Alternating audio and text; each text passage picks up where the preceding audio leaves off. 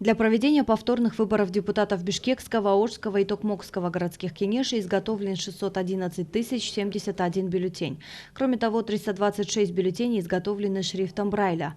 В Бишкекскую территориальную избирательную комиссию отправлено 425 532 бюллетени, в Ошскую ТИК 148 370, в Токмокскую 37 169.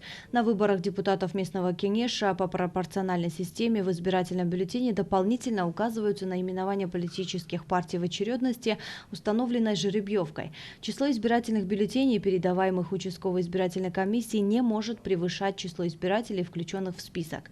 Избирательные бюллетени имеют высокую степень защиты, на них наносится специальная защитная краска для распознавания каждого бюллетеня, автоматически считывающей урной.